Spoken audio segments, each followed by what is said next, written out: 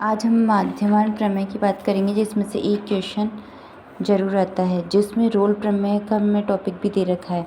अगर रोल प्रमेय माध्यमान प्रमेय वो है जो अगर संवृत मतलब बड़ा वाला ब्रैकेट के अंतराल में सतत चेक करना और विवृत मतलब छोटे वाले में अवकलनीयता चेक करनी, दोनों अगर सेटिस्फाई कर रहे हैं तो हमें एक विवृत अंतराल में कम से कम एक बिंदु एक अलग, जैसे हमने मान लिया सी बिंदु विद्यमान होगा। अगर कोई भी एक्स वाई जेड, तो हम उसका डैश निकाल कर उस एक्स की जगह सी रख कर 0 बराबर 0 रख के वैल्यू निकाल देंगे कि वो जो ए और बी के अंतराल है विवृत अंतराल में सेटिस्फाई हो रहे हैं या नहीं। जैसे कि ये हमारा क्वेश्चन दे रखा है और अभी हम इसमें से सतत, पहले ही तो बड़े ब्रैकेट में जो अंतराल में सतत है चेक करेंगे, फिर इसका अवकलन करके अवकलनीय है या नहीं। तो ये अवकलनीय चेक करेंगे, दोनों बराबर आ रहे तो ये अवकलनीय है। तो हम एक अन्य सी रखेंगे, एक्स की जगह हम सी रखेंगे एफ डैश की जगह, ठीक है। यहाँ पे सी रखा तो हमारे सी की वैल्यू 5/2, तो ये सेटिस्फाई करते हैं 2 और 3 के बीच में इसका मान आता है, तो ये वैध है। जैसे क्वेश्चन सेकंड ग्रेड 2016 में आ रखा है, ये एफ एक्स दे रखा है और हमें ये 4 ऑप्शन दे रखे हैं।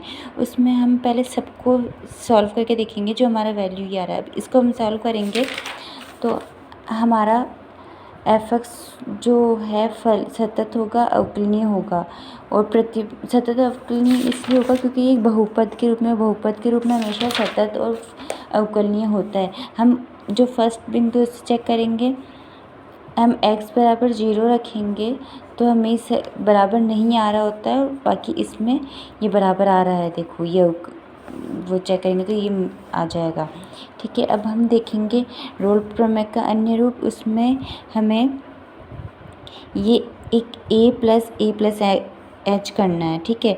तो ये वाली एक्स की जगह ये देख के सतत करना है, फिर अवकलनीय है कि नहीं करना है। फिर हमें यहाँ पे एक इसका ये फॉर्मूला याद रखना है, एफ डैश ए प्लस थीटा एच रखना है। थीटा 0 से 1 के अंतराल के बीच में एक थीटा कोई विद्यमान होगा, ठीक है। अब हम इसका और देखेंगे भी बाद में। पहले लाग्रांज माध्यमान प्रमेय का माध्यमान प्रमेय बोलते हैं, इसका प्रथम माध्यमान प्रमेय ज्ञात करेंगे। इसमें क्या होता है, इसमें भी सेम वैसे ही है, पहले सतत फिर विवृत अंतराल में अवकलनीय चेक करेंगे। फिर हमें उसमें हम चेक करते थे एफ डैश सी बराबर 0 निकाल के, इसमें हमें ये पूरा करना पड़ेगा। अगर लाग्रांज माध्यमान प्रमेय है तो हमें सी को ऐसे जो ये टर्म है इन दोनों को माइनस करके निकालना पड़ेगा, ये मतलब प्रवणता है। तो जैसे इसमें सी क्वेश्चन है, ये वाला एफ एक्स इसमें लाग्रांज प्रमेय के प्रतिबंधों को संतुष्ट करता है, तो सी का मान ज्ञात करना है। ये एफ एक्स निकालेंगे, एफ एक्स यहाँ पे सी रखना है। तो अब देखो बी माइनस ए, फिर यहाँ पे बी है तो ये इस एफ एक्स में रखना है। एफ जहाँ एक्स है वहाँ बी रखना है और यहाँ ये रखना है बी मतलब 2 रखेंगे तो ये हमारी वैल्यू आ जाएगी यहाँ पे 2 और ये हमारा सी का मान आ जाएगा जो इसमें सेटिस्फाई करता है, तो ये सॉल्व हो जाएगा ऐसे, ठीक है। अब इसमें लाग्रांज माध्यमान का अन्य रूप हो गया, जिसमें हमने थीटा मानकर किया था, इसमें a plus H minus F A और एच करके करना होता है। और जैसे भी इसका ये साफ क्वेश्चन फर्स्ट ग्रेड 2013 में पूछा गया है, ये टर्म के कौन से सत्य है कौन से असत्य, तो आपको ये 3 है फॉर्मूले जो आपको याद करना है। जैसे हम एक क्वेश्चन जो सेकंड ग्रेड 2013 में आ रखा है, ये फलन है और ये आ गया है ना, पॉइंट दे रखा है, ठीक है। तो हमें पी के निर्देशांक ज्ञात करना है, तब हम एफ डैश एक्स निकालेंगे, फिर प्रवणता निकाल लेंगे।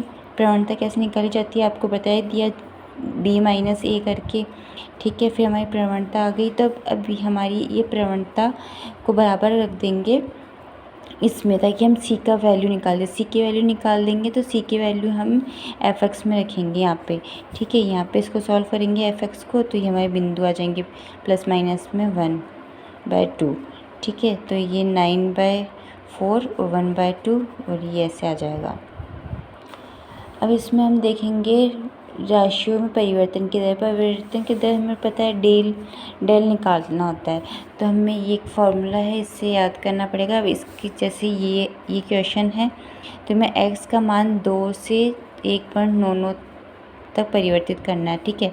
तो ये एफ एक्स ये आके इसका d y by d x निकालेंगे। अब ये उसमें निकलेंगे डेल वाई निकाल लेंगे, फिर मतलब इसमें रख देंगे।